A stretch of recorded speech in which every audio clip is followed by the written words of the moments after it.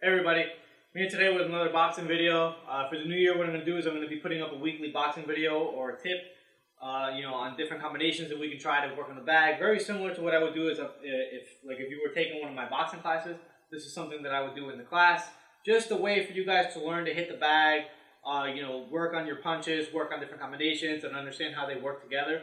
Okay, now for the new, because it's something I'm going to be doing for the new year. If there's anything that you guys in particular want to work on, feel free to send an email to the email down below in the description box. And, if I get a lot of questions on a certain topic, then I'll focus on that. But I'll try to address everybody's questions, as we go. So what I want to work on today is something that I notice a lot of my clients have problems with, something that I work on in class, is after you do a 1-2-1-2 type of punch or combination, right?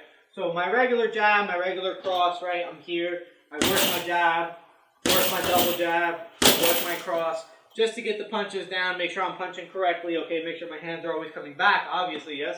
Now, from there, we want to do a 1-2-1-2 combination. A lot of people have trouble with this at first because they don't understand, their body doesn't move as quickly. Now, when I say 1-2-1-2, this isn't what I mean, all right? So,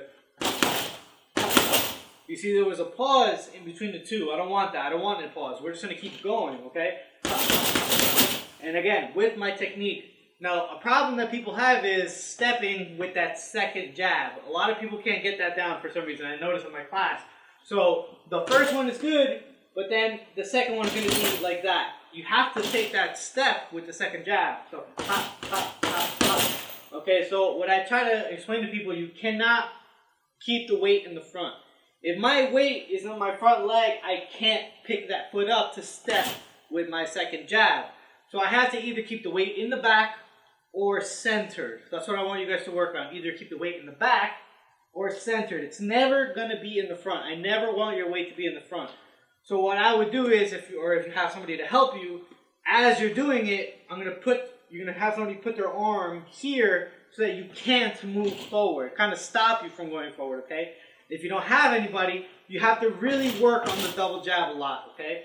So double jab, and what I would recommend is jab, cross, jab.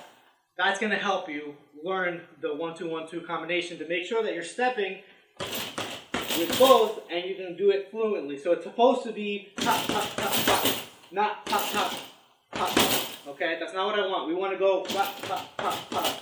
This is your first combination.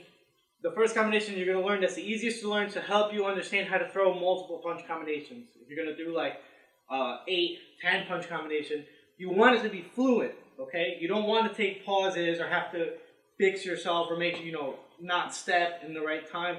You want to be fluid when you're throwing multiple punch. So 1-2-1-2, if I want to throw more, pop, pop, pop, pop, pop, pop.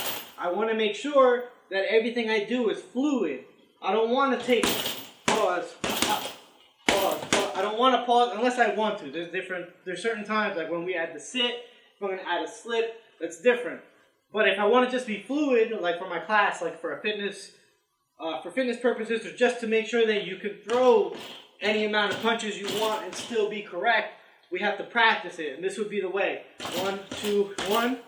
Make sure you step every time, making sure my weight's never in the front. If my weight's never in the front, I can do pretty much anything I want.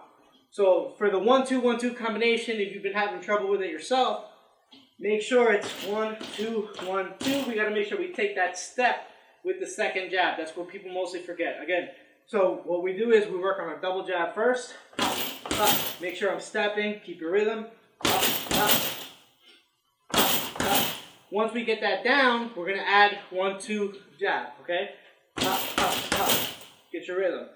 Make sure you're always in a good position. Here. Pop, pop, pop. Then we're going to add the second cross. Once you get that down, then you add the second cross and it's going to look nice and fluid. So pop, pop, pop. That's what I want. Making sure that my hands always come back to my face. There's nothing wrong with doing it slow. Do it slow at first. Get your rhythm. Step, turn, get your rhythm. There's nothing wrong with that. Do it slow. Feel comfortable with it. Once you feel comfortable, then you get a little quicker. And you can, get your rhythm. Then you can work the bag and add that in. I can move. I can do anything I want. Add that in and still feel comfortable moving. Okay? So I hope this helps, guys. I hope it gives you an idea. Something that you can add into your heavy bag training. All right, and again, stay tuned for more videos similar to this. And if you have any questions or something that you would like me to go over, then feel free to please send an email to the email in the description box. And again, I'll try to address everybody as quickly as possible. Thanks for watching.